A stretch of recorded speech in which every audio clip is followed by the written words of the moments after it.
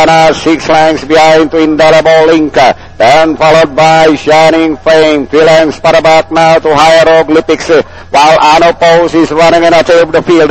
Into the back they trouble. Down Enrico leads by length, followed by Queen Elena. And 6 lengths behind into Twin Double Link. Here comes Ano Pose. And passing the half mile, it's Down Enrico leads by some 2 lengths now. Queen Elena is running in second. Here comes Indelible Link and Shining Fame. Down Enrico hanging on with the length leader, followed by Indelible Link. Shining Fame racing third by the 3 lengths.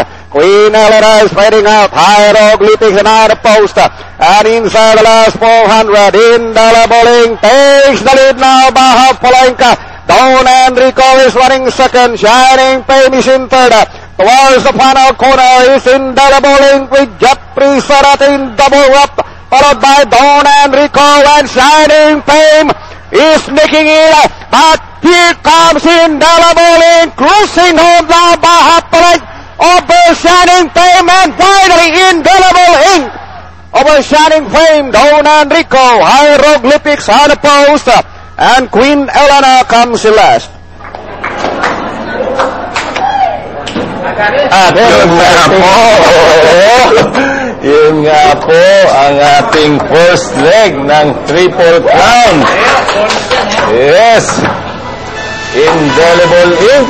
Yung sinasabi. Nasa labas yung sinasabi natin. That's Mr. Hermes. Wow! Meron pang ganun. Talaga nga. That's Mr. Hermes Guerra, the proud owner of Horse Indelible Ink. Nagkahimayaw. Aba, we have a photo finish. Photo finish po tayo dito sa ating first leg. We just heard the track announcer. Malakas yung remate nung ano. Oo, yun ang nagpakaba dun, ang Shining Fame. Oo. Ay nag-fade out na itong si Don Enrico. Yes. Salvaging only third. Yes.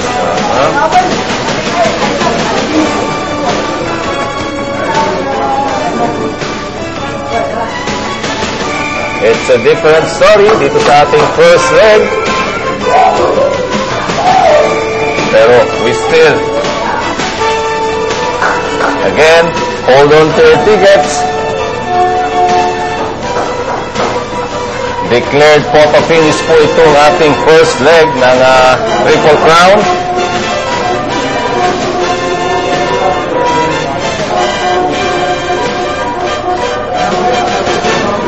Kaya ng mga dividendo, kung nakursanadaan nyo si Indelible Ink or si Shining Fame. Forecast 3467 43127. Sabi sa'yo, maganda mga forecast ng araw na to.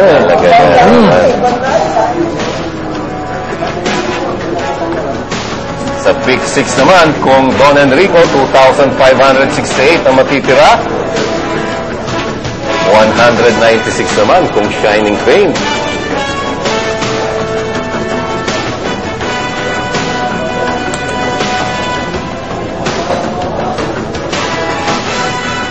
Take all pool, 56,000 kung Indelible Ink, 3,424 kung Shining Fame.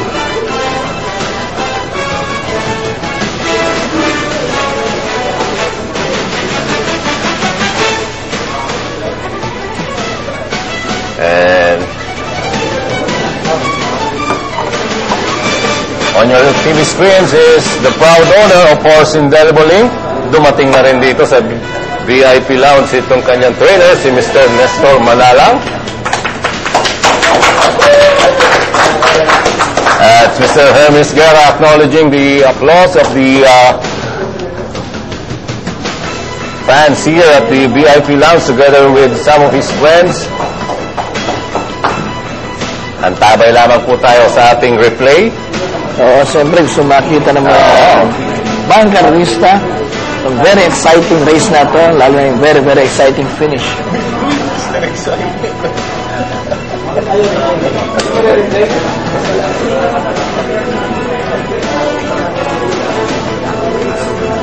Gago eh, please.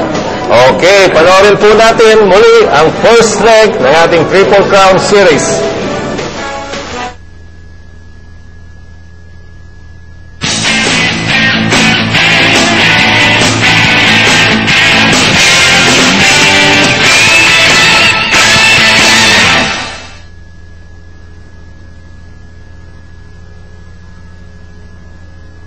Page Flabard open, racing down, and Rico looking for the leader. But here comes Queen Elena for the outside. Freelance for the back now to Indelible Ink, running by the really Shining Fame, then followed by Hieroglyphics.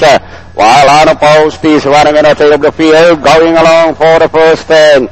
Down and Rico, being joined by Queen Elena, 6 lengths behind to Indelible Ink, then followed by Shining Fame. 3 lengths for the back now to Hieroglyphics, while Unopposed is running in the tail of the field.